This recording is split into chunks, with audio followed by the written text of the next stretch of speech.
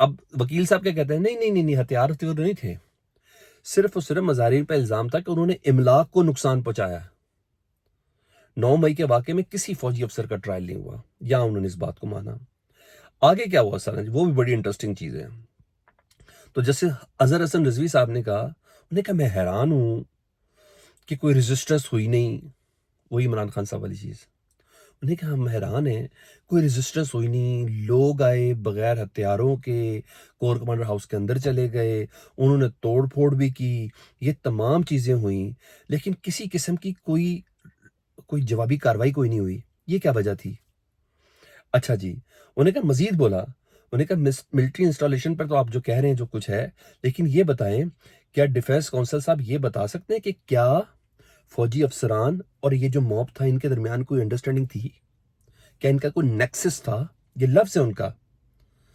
He said there is any nexus between 9th May accused person and army officials؟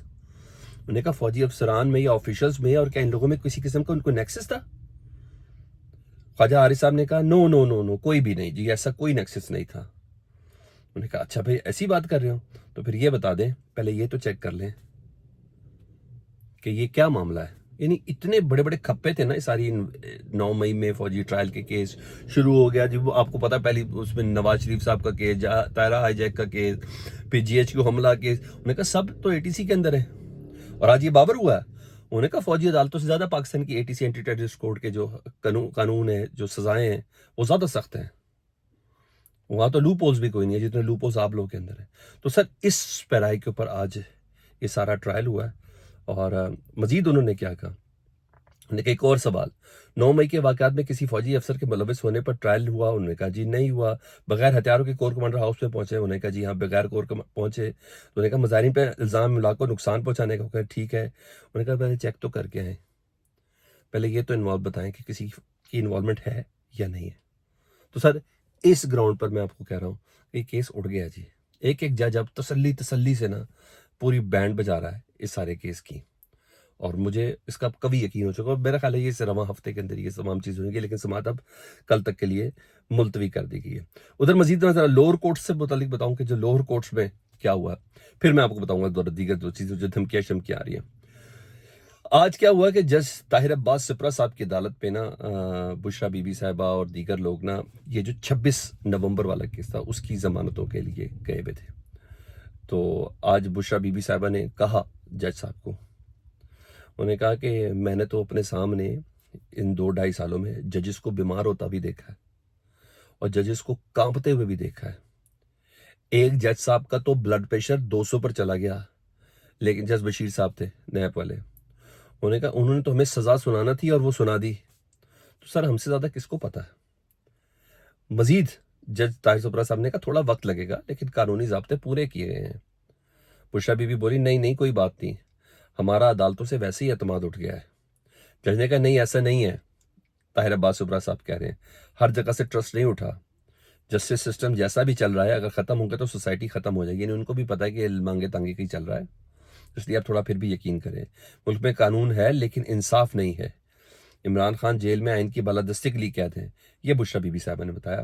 تو بہرحال یہاں یہ چیزیں تھیں، اور اے ٹی سی کی عدالت تھی، اور یہاں بشرا بی بی صاحبہ 13 مقدمات تھے ڈی چوک کے، اور وہاں 7 فروری تک کے لیے ان کے مقدمات کی نا ضمانت ان کی منظور کر لی گئی ہے۔ اب آؤں ذرا دھمکی والے آنسر میں۔ دھمکی دے رہے ہیں سر کوئی اور نہیں، سینیٹر فیصل واڈا صاحب، جن کی پرسوں والی خبر بالکل بنک ہو گئی تھی جی، انہوں نے کہا تھا کہ کل فیصلہ سنا دیا جائے گا، فیصلہ نہیں سنایا گیا، اب وہ خبر ایک اور لے رہے ہیں۔ میں نے کہا یہ اسٹیبلشمنٹ کا دوسرا حصہ ہے، ایک حصہ تو جو مذاکرات کر رہا ہے، ایک حصہ جو پشاور میں بات کر رہا ہے، یہ دوسرا حصہ ہے۔ انہوں نے کہا میں نے کہیں نہ کہیں تو جیسے کل بہت ہی لتے لیے گئے ہیں ان کے، ہو ہر پروگرام میں ان کے بہت لتے لیے گئے ہیں، پورا سوشل میڈیا بھرا ہوا تھا فیصل واڈا صاحب سے متعلق کہ بھائی یہ تو اپنے آپ کو بہت بڑا پنٹر سمجھتے تھے۔ کہتے ہیں 20 جنوری کے بعد عمران خان صاحب کے لیے حالات سازگار نہیں ہوں گے۔ بھائی 20 جنوری کو کیا ہونے والا ہے اور اب کون سے سازگار ہیں؟ انہوں نے کہا 20 جنوری کے بعد اصل مذاکرات شروع ہوں گے، وہ مذاکرات پی ٹی آئی لیٹ کر کرے گی، ان کو لٹانے کا بڑا شوق ہے، وقت آئے گا دیکھیں کون لیٹتا ہے اور حکومت اکڑ جائے گی۔ ایسا کیا ہو گیا 20 جنوری کو؟ بہرحال ان کو کسی نے کہا کہ تم یہ کہہ دو، انہوں نے کہا جاؤ ہم نے پیغام محبت پہنچا دیا ہے اور اس سے زیادہ کچھ بھی نہیں ہے۔ یہ وہ کہہ رہے ہیں. اچھا ادھر ایک اور بڑی زبردست چیز ہوئی ہے الیکشن ٹریبونل کے حوالے سے. الیکشن ٹریبونل میں جو لاہور کے جو جج تھے نا وہ رانا زاہد محمود صاحب تھے, اور ان کی تعیناتی کے خلاف نا سلمان اکرم راجہ صاحب نے کہا تھا کہ یہ ایک تو ریٹائرڈ جج ہے, ٹھیک ہے, اور یہ ہمارا کیس سنا تو یہ میرا کیس نہیں سنے گا, کیونکہ حکم کے مطابق کم از کم ہائی کورٹ کا ریٹائرڈ جج ہوگا وہ ٹریبونل کا حصہ بن سکے گا.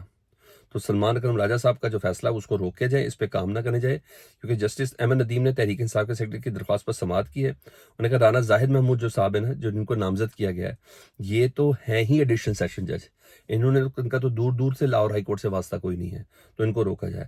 تو بہرحال یہ موقف دیا گیا ہے, تو قلعت مند قرار دینے کی صدا کی ہے.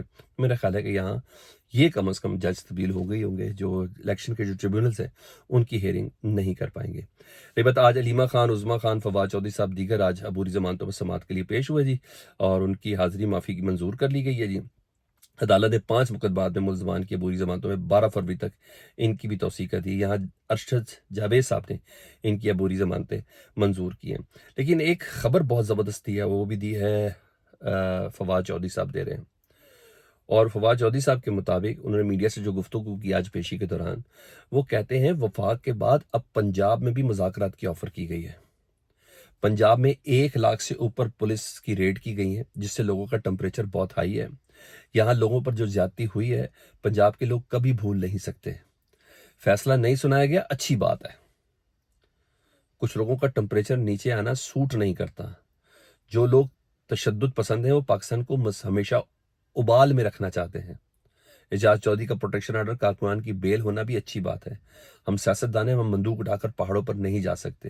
عمران خان کی سیاست کو تسلیم نہیں کرتے تو آپ کیسے سوچ سکتے ہیں کہ حالات بہتر ہوں گے. تو کہہ رہے ہیں کہ پنجاب میں بھی ایک مذاکرات والا عمل شروع ہو چکا ہے, اور انہیں کہ عمران خان اور حکومت میں مذاکرات میں صرف ایک ہی چیز پر بات ہو رہی ہے کہ الیکشن کب ہونے ہیں, ابھی ہونے ہیں کہ کچھ عرصے بعد ہونے ہیں. عمران خان صاحب کی ریلیز کا مطلب یہ ہے کہ الیکشن ہی الیکشن ہے. عمران خان کے اندر ہونے سے سیاست جامد ہو جائے گی, اور یہ ساری باتیں انہیں کہتے ہیں. انہوں نے بتایا سوشل میڈیا پہ کچھ ہر طرف سے شدت پسند لوگ ہیں, ہماری جماعت میں یعنی پی ٹی آئی میں بھی کچھ شدت پسند لوگ ہیں. انہوں نے کہا خواجہ آصف صاحب اس لیے کر رہے ہیں کیونکہ ان کو مذاکراتی کمیٹی میں شامل نہیں کیا گیا, اس لیے وہ بہت زیادہ بھڑک رہے ہیں.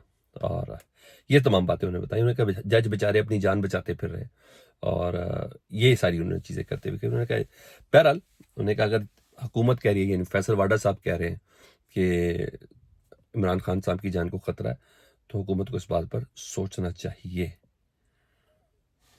یہ چیز ہے سر.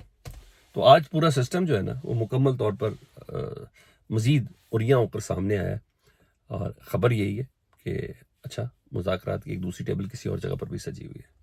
باقی فیڈ بیک سے متعلق ضرور آگاہ کریں. مزید خبروں کے ساتھ دوبارہ حاضر ہوتا ہوں. اللہم صلی علی محمد و آل محمد.